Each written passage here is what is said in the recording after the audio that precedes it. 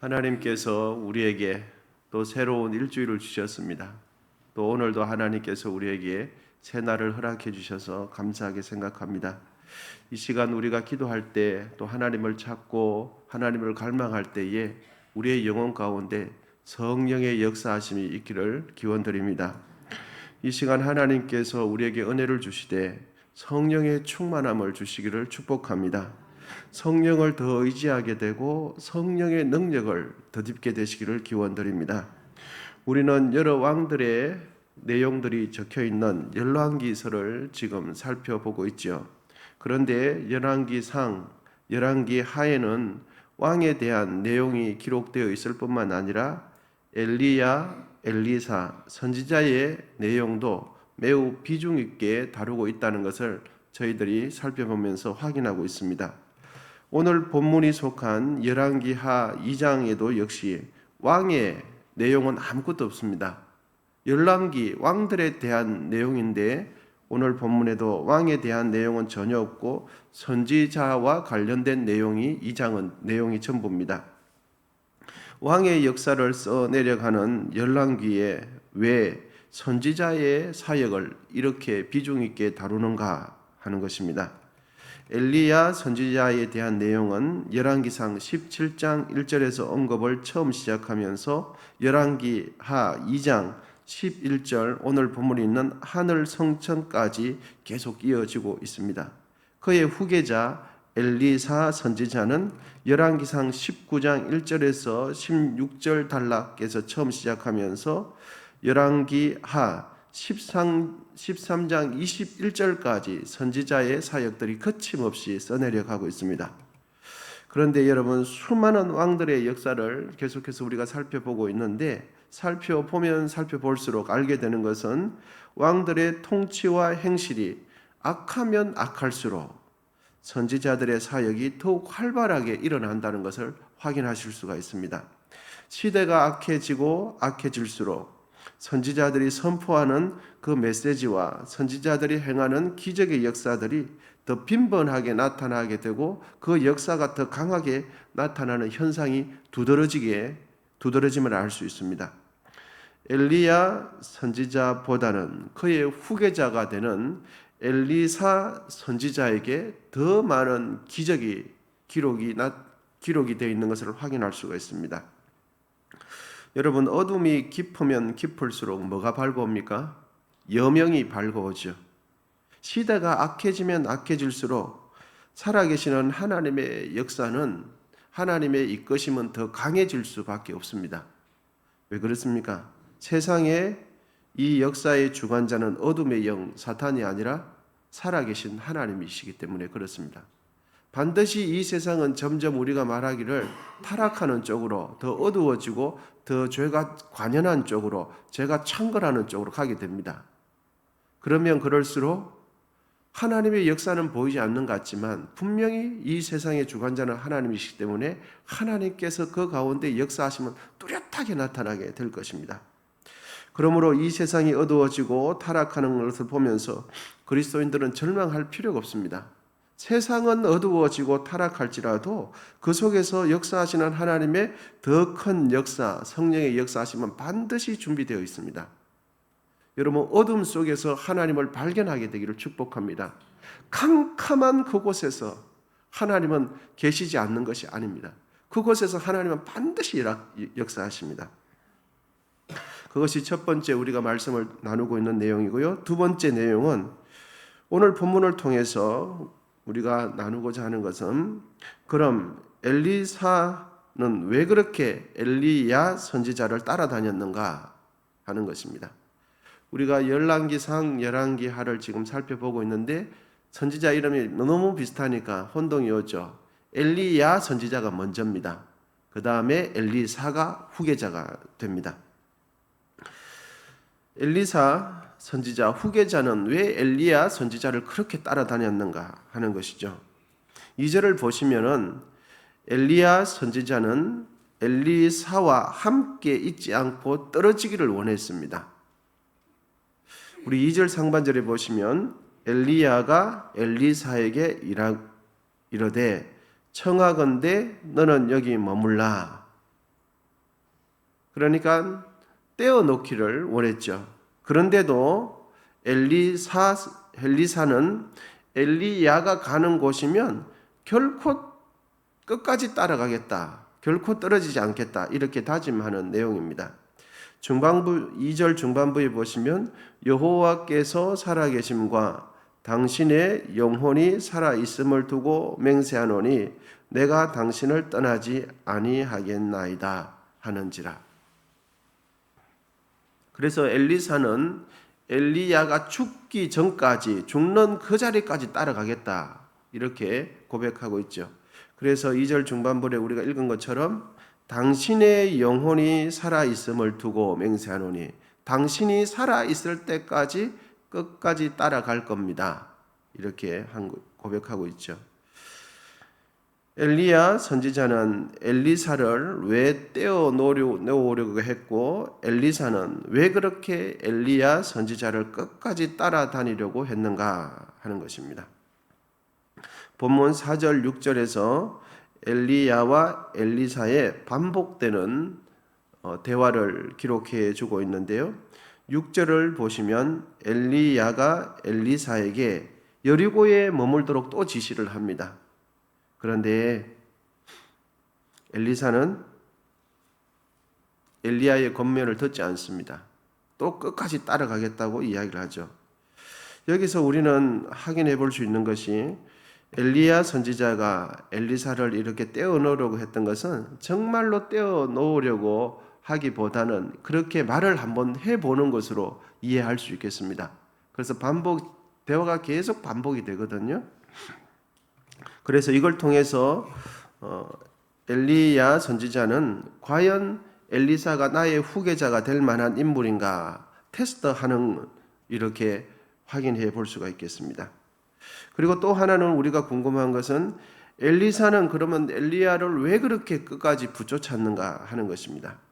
그 이유는 성경이 명확하게 기록해 주고 있습니다. 9절을 보시겠습니다. 9절 우리 다 같이 한번 읽어보시면 좋겠습니다. 9절입니다. 시작. 그놈의 엘리야가 엘리사에게 이르되 나를 데려가서 당하기 전에 내가 내게 어떻게 할지를 구하라. 엘리사가 이르되 당신의 성령이 하시는 역사가 갑절이나 내게 있게 하소서 하는지라. 아멘. 그래서 엘리사가 엘리야를 이렇게까지 붙쫓았던 것은 엘리야에게 있는 영감을 갑절이나 사모했기 때문에, 다른 이유가 아니라 성령을 사모했기 때문에 엘리사가 그렇게 따라다닌 거예요. 엘리야에게 있는 그 영감을 자기도 받고 싶은 거예요. 엘리사는 성령의 충만함을 사모했어요. 여러분, 우리가 지금 확인하고 있는 것처럼 엘리야 선지자가 성천하기 전에 엘리야의 영감을 누가 선계받게 됩니까? 엘리사가 받게 되어져요. 수많은 생도들이 있었거든요. 엘리야 밑에서 배우는 수많은 생도들이 있었어요. 그럼에도 불구하고 많은 생도들 중에서 엘리야의 영감을 받았던 사람은 엘리사입니다. 이유는 엘리사가 엘리야의 영감을 사모했기 때문이에요. 여러분, 성령은 누가 받습니까? 성령은 예수 믿는 사람이 받습니다.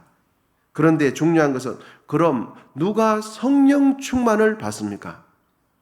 그렇습니다. 성령은 예수 그리스도를 나의 구주로 믿는 사람은 다 받아요. 성령은. 그런데 그 충만함을 받는 사람은 다 받는 것이 아니라 성령의 충만을 사모하는 사람이 받습니다. 성령을 사모하는 사람이 성령을 받게 되어져요.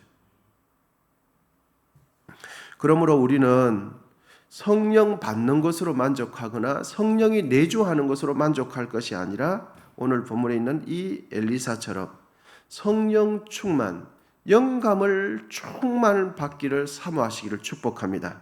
성령을 받되 엘리사처럼 갑절의 영감을 받게 되시기를 기원드립니다. 천국은 예수 믿으면 다 가죠. 그런데 성경은 가르쳐 주기를 천국의 원리는 사모하는 자가 받게 돼요. 천국은 침노하는 자의 것이 됩니다. 우리는 이렇게 생각합니다. 그냥 하나님 믿으면 하나님께서 처음부터 끝까지 A부터 Z까지 다 알아서 해주겠지 생각하는데 그렇지 않습니다. 하나님께서는 우리가 사모할 때, 우리가 원할 때, 우리가 간절히 기도할 때 우리의 진정성을 보시고 우리의 내면의 바람을 보시고 부어주세요.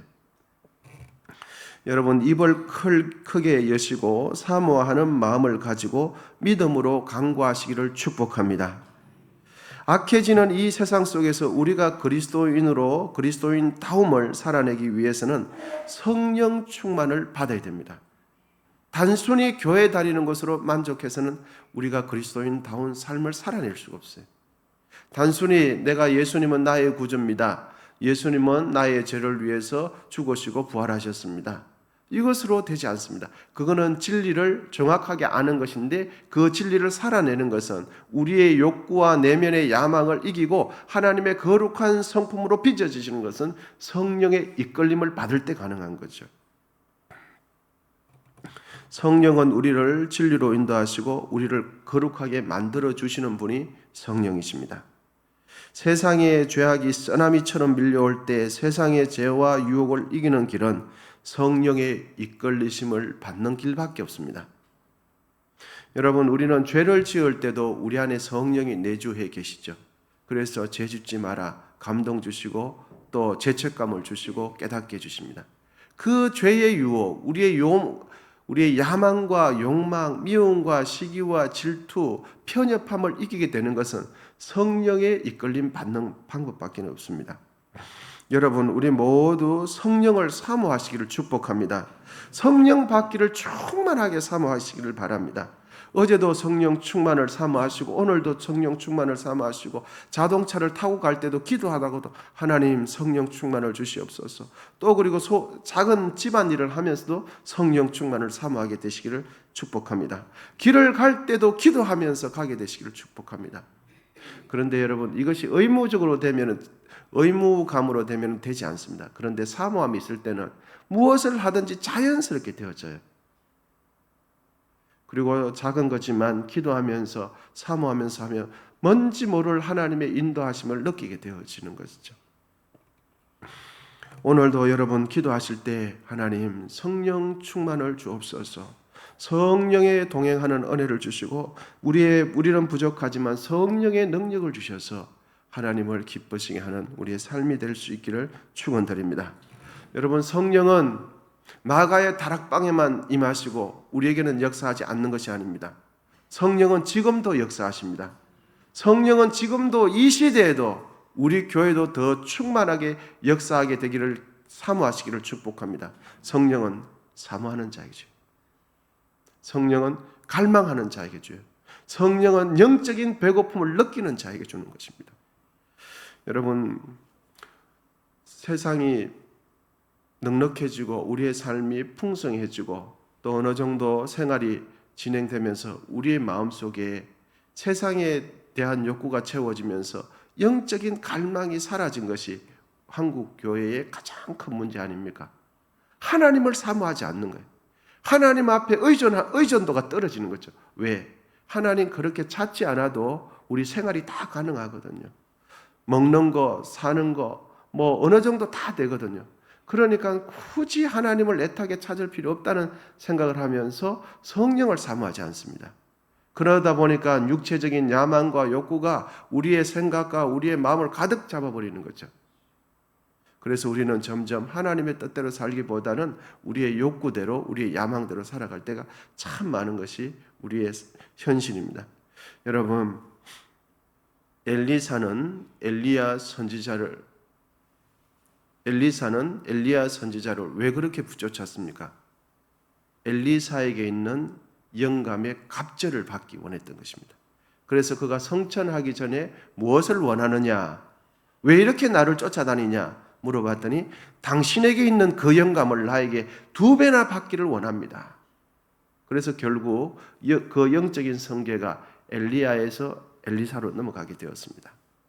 여러분, 오늘도 기도하실 때 성령 충만을 위해서 기도하시고 오늘도 성령을 사모하게 되시기를 축복합니다. 기도하겠습니다. 하나님 아버지 감사합니다. 우리에게 새날 허락해 주시고 또 기도할 수 있는 용기와 건강 주시고 또 하나님 은혜 주셔서 감사합니다. 이 모임을 위해서 수고하고 애쓴 모든 분들 가운데 함께 하시고 정성껏 애물 드린 귀한 손길 가운데 은혜를 베풀어 주시옵소서. 아버지 하나님, 은성에 속한 모든 가정들과 또 직장들 가운데 은혜 베풀어 주시고 이 나라 이 민족을 기억해 주시고 불쌍히 여겨 주시옵소서. 이제는 우리 주 예수 그리스도의 은혜와 하나님 아버지의 담없는 사랑과 성령의 교통하심이 성령님을 사모하고 성령님의 충만을 받기를 원하며 성령님의 능력으로 주의 일을 하기로 결단하는 우리 모두 위에 이제로부터 영원히 함께 하시기를 간절히 축원하옵나이다. 아멘. 이제 주여 세 번 부르시고 계속해서 기도하도록 하겠습니다.